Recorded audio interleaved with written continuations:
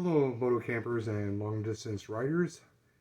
It's Sunday, August 28th, and I'm at Rutherford, Tennessee, staying with some terrific bunch of biker hosts, Jay and Marcy.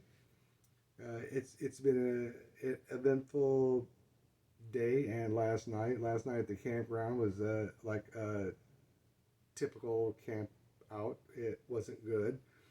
I guess it was the last of the bike fest thing they were having, so the sheriffs were there at about 1:30 to 3 o'clock in the morning. The rooster started crowing at 5:30.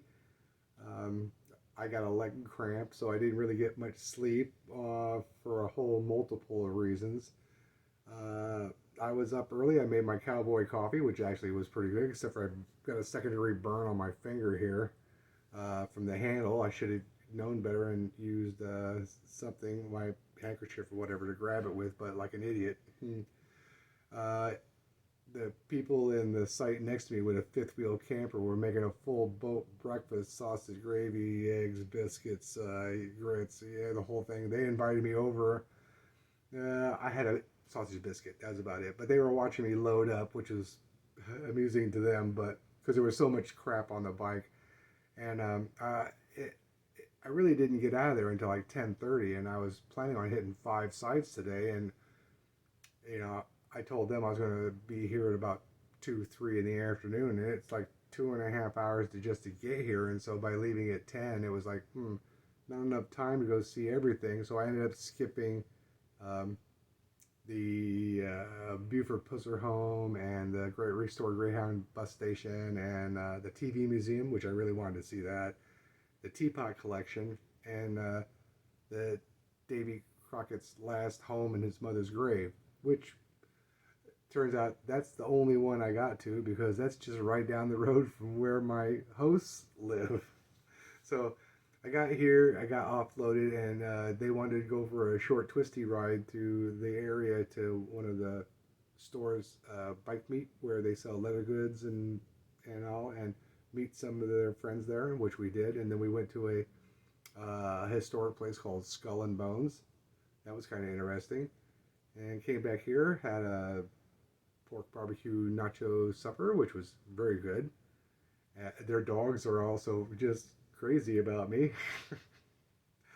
So uh, it's been eventful. But anyway, the short version here sort of is that I had these like romantic ideals of camping out, state parks, you know, stealth camping a la Scooters, Tramp, Scotty, and all, and it just is not working like I thought. I guess I'm just too old now to sleep on the ground. I can't sleep in the hammock now because when I got dumped when that tree broke in Hitchcock Lake, it ripped a hole in the bottom of the hammock. And they tell you don't sleep in a hammock with a hole in the bottom because you could just rip stop a big hole, and next thing you know, your behind's going to be down on the ground anyway, and you could injure yourself, which is a consideration at my age. So can't use the hammock.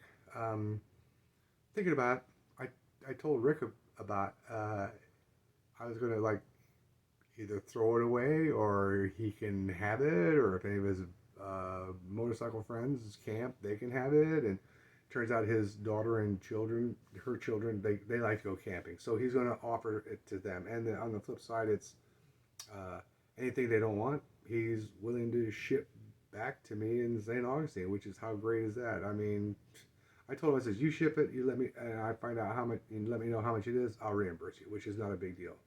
I love that. Um, so that's where we stand for right now. We're we're not going to be camping, even though I've spent a crap load of money on camp gear, and it's not even the best camp gear. I don't know if that's the problem, but it's more me.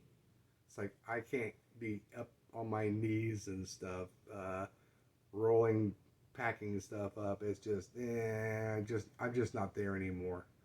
So tomorrow morning when I take off, I'm basically going to have a lighter load because I'm just going to be having my uh, clothes bag and my electronics bag, and that's about it.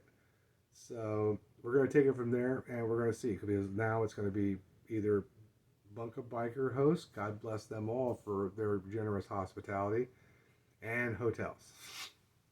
And unfortunately, we're probably going to end up having to stay at some of the cheapest flea bag hotels, whatever. But hopefully, it's only going to be for the night. I'm still heading for Kansas. That's my target. I still want to see Fort Riley, and we'll take it from there and see how it goes. But today also was a very brutal ride. The actual temperature was like 94. I think the heat index made it around 105 or better. I thought I was hydrating enough, but that last gas stop and restroom break was obvious that I needed to start chugging more water before anything bad happens. Although I didn't feel bad, but you can tell there's indications like, man, you're not hydrating enough. So we'll try to keep a lid on that. And it's like, I'm still like moseying along. I'm only doing like under 300 a day, 300 miles. I mean, today I just turned over 1,000 miles on the trip. So, and that's taken basically a week. So, I see on YouTube all the time, you got people that are doing like 600-700 miles a day, which I was doing when I was 50, but that's not me anymore. I'm retired. I don't really have to be in a hurry, but at the same time, I'm feeling some of the effects of the ride. But, the bike is actually behaving better than I am, which is kind of good. Let's knock on wood on that one and see if that keeps up. But anyway, that's where we stand. We're not going to be camping anymore. Not that I can foresee, because I don't have any gear anymore. So we'll take it from there. So on that note, I'm going to say God bless and good night. And we'll post again when we have some more news. Good night.